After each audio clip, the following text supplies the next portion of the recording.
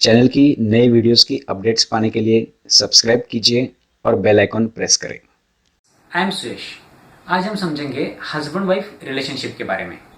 तो हम देखते हैं कि कुछ लव मैरिजेस होती है, कुछ अरेंज मैरिज होती है। तो इस लव मैरिज में और अरेंज मैरिज में एक कॉमन चीज देखी गई है।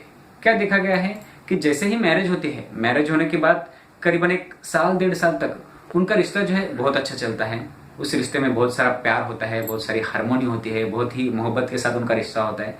लेकिन जैसे 1 साल 1.5 साल होता है, उसके बाद वो मोहब्बत, वो प्यार, वो हार्मोनी धीरे धीरे धीरे धीरे थोड़ी थोड़ी कम कम होनी शुरू हो जाती है। और उसकी जगह जो है कुछ वाद विवाद होते हैं, एक दूसरे से कुछ खटके उठते हैं, कुछ एक दूसरे का दृष्टिकोण एक दूसरे को पसंद नहीं आता है, ऐसा कुछ ना कुछ चलते रहते हैं।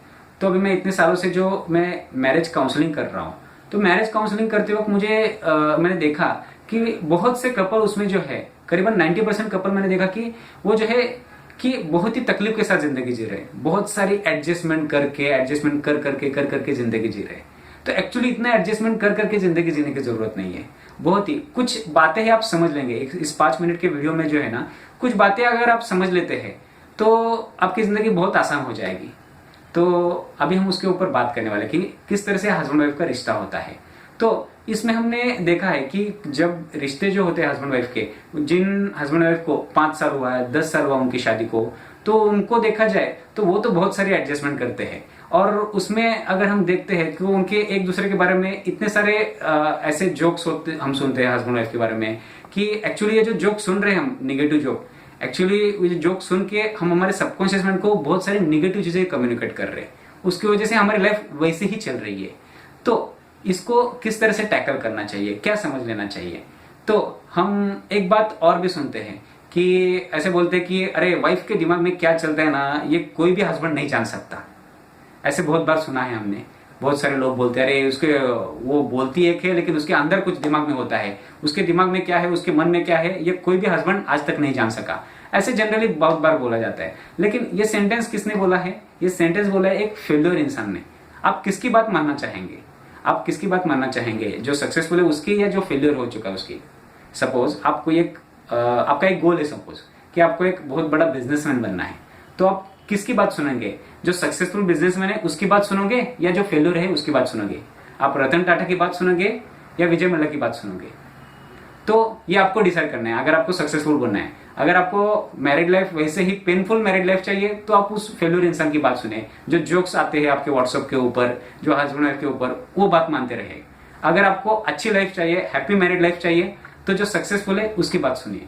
तो अभी मैं बोलता हूं, मैंने बहुत सारी किताबें पढ़ी है, बहुत सारे लोगों की मैरिज काउंसलिंग की है।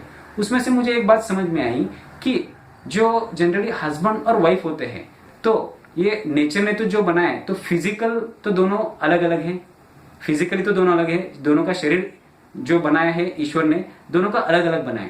लेकिन इसके साथ अगर हम देखते हैं तो मन भी जो है, हम क्या सोचते हैं कि हस्बैंड सोचता है कि वाइफ मेरे एंगल से सोचे, वाइफ सोचती है कि हस्बैंड मेरे एंगल से सोचे। लेकिन जैसे जो भगवान ने जो है दोनों का शरीर अलग अलग बनाया, वैसे दोनों का मन जो है, दोनों का थिंकिंग पैटर्न भी अलग अलग बनाया है। उसको हम थोड़ा सा समझ लेते हैं कैसा है।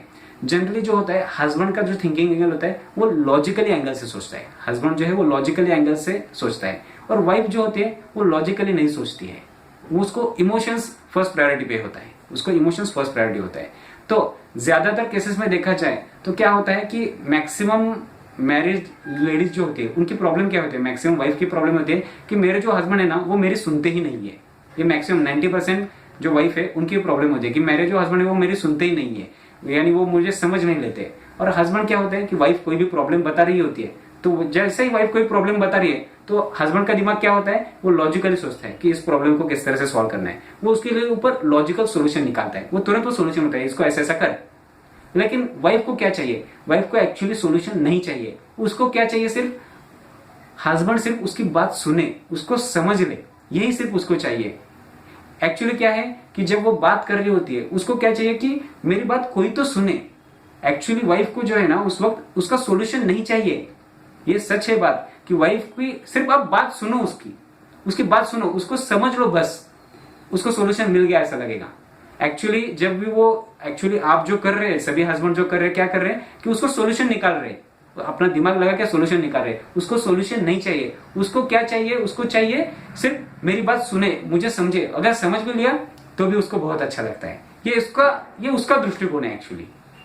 सॉल्यूशन हम निकालेंगे बाद में, लेकिन एक्चुअली पहले क्या करना चाहिए? सिर्फ उसको सुनना चाहिए। सुना तो भी आपके रिश्ते में बहुत अच्छी हार्मोनी हो जाएगी।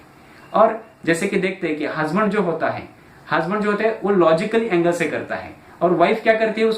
उसको सुधारने में लगी होती है कि तुम ये करो, तुम वो करो। अब जितने ज्यादा हर वाइफ कुछ ना कुछ हस्बैंड को सजेशन देती है, जितनी ज्यादा वाइफ सजेशन देगी, जितनी ज्यादा वाइफ हस्बैंड को सजेशन देगी, उतना उनका रिश्ता धीरे धीरे धीरे धीरे धीरे कट वो एक दूसरे से दूर होते जाएंगे। क्या करती है वाइफ की जो गलती होती है, वाइफ क्या करती है? वाइफ की सबसे बड़ी गलती क्या होती है? वो हस्बैंड को सुधारने में लगती है। हर बार हर चीज पे उसको कुछ ना कुछ सजेशन देती रहती है, और जितना ज्यादा सजेशन हर वाइफ अपने हस्बैंड को देते जाएगी, उतना उनका रिश्ता दूर दूर दूर दूर होता जाएगा। हस्बैंड को जो है वो सुधारने में नहीं लगना चाहिए, और ये गलती वाइफ से होती है। और हस्बैंड की गलती क्या होती है कि वो उसकी बात पूरी तरीके से नहीं सुनता। हस्बैंड की ये गलती है। तो हस्बैंड को क्या करना है? सिर्फ उसकी बात सुनना है। उसको क्या, आपको क्या लगता है कि अरे उसके ऊपर सोल्यूशन चाहिए? सोल्यूशन नहीं चाहिए उसको। उसका सोल्यूशन ये है कि आप उसकी बात सुनो, उसको समझ लो, उसको हाँ हाँ बोलते रहो। ये उसका सोल्यूशन है एक्चुअली। वो बाद में आप लॉजिकल सोल्यूशन उसको निकाल लो, प्रॉपर सोल्यूशन, लेकिन उस वक्त क्या चाहिए? उसकी बात सुननी चाहिए, ये उसको चाहिए। हाँ, तो हस्बैंड की गलती हमने देखी कि कहां पर होती है कि वो वाइफ को समझ लेना चाहिए, उसको सुनना चाहिए। और वाइफ की गलती क्या होती है? वो हर बात पर, छोटी छोटी बात पर उसको सजेशन देती है। जितनी छोटी छोटी बात पर वाइफ सजेशन देती जाएगी, उतना उनका रिश्ता दूर दूर कटता जाएगा, और रिश्तों में जो है वो दरारें आनी शुरू हो जाएगी। तो फर्स्ट ऑफ ऑल अभी हमने क्या करना है? फर्स्ट स्टेप पे क्या करना है कि हस्बैंड को क्या करना है? वाइफ की पूरी बात सुननी है, शांत होकर उसके सुनने का वो सहन शक्ति हस्बैंड को बढ़ानी है। और वाइफ को क्या करना है? वाइफ को जितना सजेशन वो कम कर सकते उतना सजेशन कम करना है। उसको किसी अलग तरीके से सजेशन देना है, अलग तरीके से बात करनी है। उसको ऐसा नहीं लगना चाहिए कि ये मुझे सुधारना चाहती है। तो ये फर्स्ट स्टेप में हम बात करेंगे।